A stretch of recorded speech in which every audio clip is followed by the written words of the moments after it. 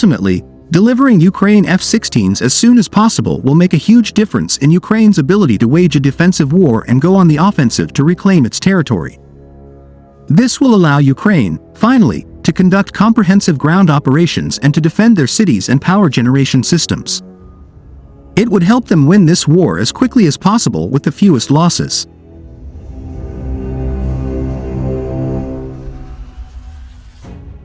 While Australia is reportedly discussing this possibility with its American and Ukrainian counterparts. The transfer would require permission from the US, as the US owns the intellectual property on the F-18. According to the report, Washington is favorably inclined to the idea.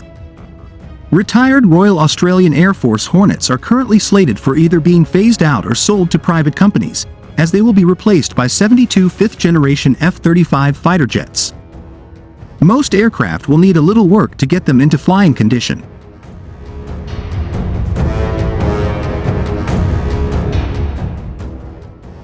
Before any decision to arm Ukraine with a powerful new category of weapons, NATO partners should consider whether Ukraine can use these weapons, which could make a huge difference in a war, but be concerned about how Russia or China will respond. This view, while not always publicly voiced, is almost certainly the real reason why the United States and other Western nations have held back.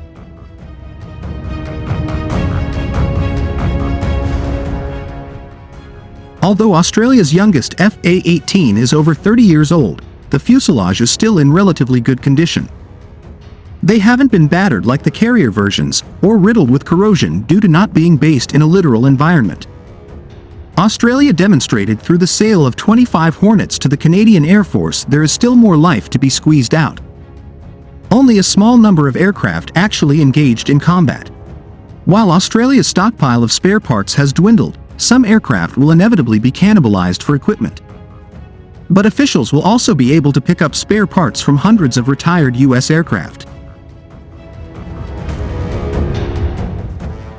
The UK, Netherlands, Belgium and Denmark welcomed the US move to deliver F-16s to Ukraine.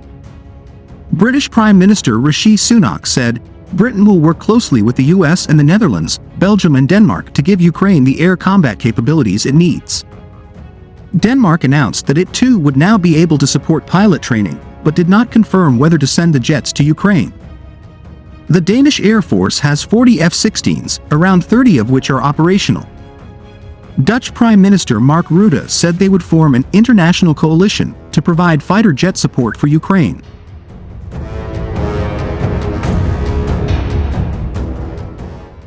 For that more limited goal, the Western allies should also consider expanding Ukraine's ground-based electronic warfare systems, strengthening surface-to-air missile capacities, enhancing its prototype warfare capabilities, deploying experimental military technology especially to shoot down Russian surface-to-air missiles along the front lines and integrate its various defenses through ground-based communications networks. With these upgrades, the F-16 can operate in relative safety, and it will pose a sufficient threat to thwart many of the Russian offensive missions before they can continue their attacks on Ukraine. This would reduce the emergence of the threat posed by Russia's new glide bomb, for a major victory for Ukraine's strategic objectives. According to Australian sources, the US is open to the idea of giving Ukraine retired F-18 fighter jets, having recently given permission to other Western allies to supply Ukraine with advanced fighter jets. Retired F-18 sitting in hangar at RAAF's Williamtown base outside Newcastle. Unless delivered to Ukraine, the F-18s will be phased out or sold to the private sector aviation company, RAVN Aerospace, for use in the US as adversaries for training by military pilots. A separate source close to the discussions agreed, "It makes no sense to destroy such a splendid aircraft that he thinks could be operational within a minimum of 4 months of training and be used to help repel a Russian invasion."